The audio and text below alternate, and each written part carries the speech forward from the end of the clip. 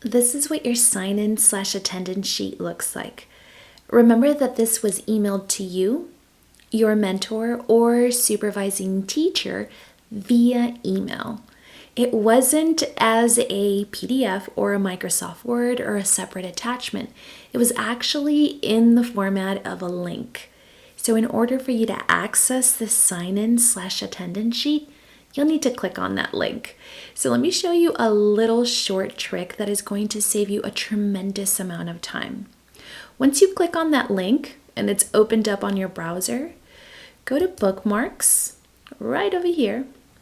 Bookmark this tab, save it as sign-in/attendance sheet.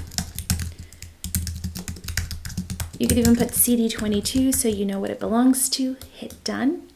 And now every time you open up your browser, Chrome preferably, because that's what works best with this, all you have to do is click on Bookmarks, go to sign-in/attendance sheet CD22, and that is going to allow you to access this form right away without having to go to your email and click on the link every single time. Please remember not to download this form. Save it to your computer because it has to remain as a Google Doc. And here's why. This form needs to always stay online because your mentor or supervising teacher has to approve your hours. If this form is saved on your computer, or if you're keeping, let's say, a separate sheet of paper to tally your hours, your mentor or supervising teacher can't approve your hours. You have them. As long as this remains a Google Doc somewhere in cyberspace, then I can access this form, and so can your mentor or supervising teacher. So it must remain online as a Google Doc. Don't save it or download it or keep a tally of these hours in a notebook or a separate sheet of paper. That is not acceptable. The next thing you want to do is actually complete this top portion here, beginning with the easy part, your first and last name. The semester has already been inputted for you. You want to include the name of the school or program. This is actually where you're conducting your hours. Even if you're virtual, still put the name of the site, the name of the director, the site address, meaning the address of the school or program. Again, even if you're conducting virtual learning. And I understand that some of you may not have these details, so you'll want to make sure that you consult with your mentor or supervising teacher so that you are able to complete this top portion here. And then lastly, the name of your mentor or supervising teacher, first and last name. Now, this is the part where you really want to be as meticulous and detailed as you possibly can. I know this is a hard task, but remember that this sign-in sheet is not only seen by me, it's seen by our administrators on campus, and they're actually sent to the state. So it is very important that you pay close attention so that you are able to complete this as accurately as you can. So let's start with the easy part, the month, day, and year. Now let's say that your first entry, that means when you first started your hours, it began on Monday, February 15th. You would punch in 02/15/21. Now on that day, you jumped on Zoom with your mentor or supervising teacher, and all you did was observe the children and the teacher in action. So you would write that as specifically as you can. So I would suggest putting in Zoom observation of children. And let's say you hopped on at 8:31. Round off, put 8:30. A few minutes isn't going to make a big difference. And then let's say you logged off at 12:27. Again, round off. Put 12:30 p.m. So you conducted a total of 4 hours for that day. In the area that says approved, that's where your mentor or supervising teacher is going to approve or initial. So all they would do is punch in their initials, and that means, yes, these hours are accurate. I approve. Now let's say that on 2/20, let's put 2/20 right over here,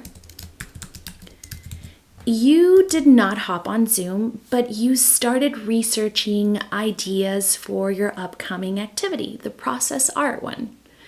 Let's say you jumped on the California Learning Foundation's website to learn what a 4-year-old is able to do as far as process art.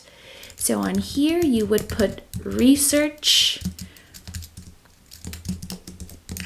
California Learning Foundation's process art. See how I'm being specific and detailed, but I'm also being short and sweet. You don't want to write a huge paragraph here, but you also just don't want to put research activity. What activity? You're going to be conducting several activities, so you want to indicate what specifically you're working on. Let's say you started at 5:38. Round off. 5:40 p.m. And let's say that you ended at 6:37. Again, round off. Let's keep it at a nice 6:40. Otherwise, you're going to find it very difficult to add up those little minutes that at the end tally up. So you just want to round off just to make your life much easier at the end. So here, you conducted 1 hour. And that's how you basically log in your hours each time. Then what your mentor or supervising teacher is going to do is come in and initial after each entry. She'll or he will probably come in and do this maybe every week or two, not every day because that's very tedious. And you, meaning your responsibility, is to do this each time you complete your hours. This responsibility is yours, not your mentor or supervising teacher. What this means is they are not responsible for keeping track of your hours. All they're responsible for is coming in and making sure that they approve and that these entries are actually accurate. So you want to get into the habit of each time you complete your hours, come in, log them in. Do not wait a week, 2 weeks, 3 weeks or more to input your hours. If that is being done, I'm going to periodically log in and see this, and you will not, I repeat, you will not be able to backtrack your hours. That means that if you are not keeping track and logging in your hours every day, you won't be able to go back and say, oh yes, I forgot. On this day, I put in these hours. Sorry, you snooze, you lose. These sign-in sheets, again, are seen by the state, by our administrators, and several people. And there's an actual log of every single edit you make. If you click here, it keeps all of your tracking system for each login. And so if you are waiting 2-3 weeks to log in your hours, the state is going to see that and say, this is not accurate. They easily falsified this sign-in sheet and it doesn't count. And if that happens, you cannot go back. You lose out on those hours. So please just get into the habit of making sure that after you complete each hour, you log it in right away so that you don't forget. At the very end, tally your hours for this sheet. So if you've got 20 hours, put in 20 hours and 30 minutes. Please be sure that you are not bleeding on to the next page. Meaning if you start seeing that the hours are moving over to the second page, delete some of the entries. All you have to do is click on them, highlight them, delete row, and that way your hours stay here at the bottom. You don't want it to bleed on to the next page because that makes it very confusing to see what hours align with what. And then in the next page, you already have another one. You can just continue on and resume. Tally the hours for this page here, right? And at the very end, then you tally your total hours for the entire semester. Then your mentor or supervising teacher would type in their name here, the date that you completed all of your hours, right? this is done at the end. At the very end is when they go back and do this, not now, because you have not completed all of your hours.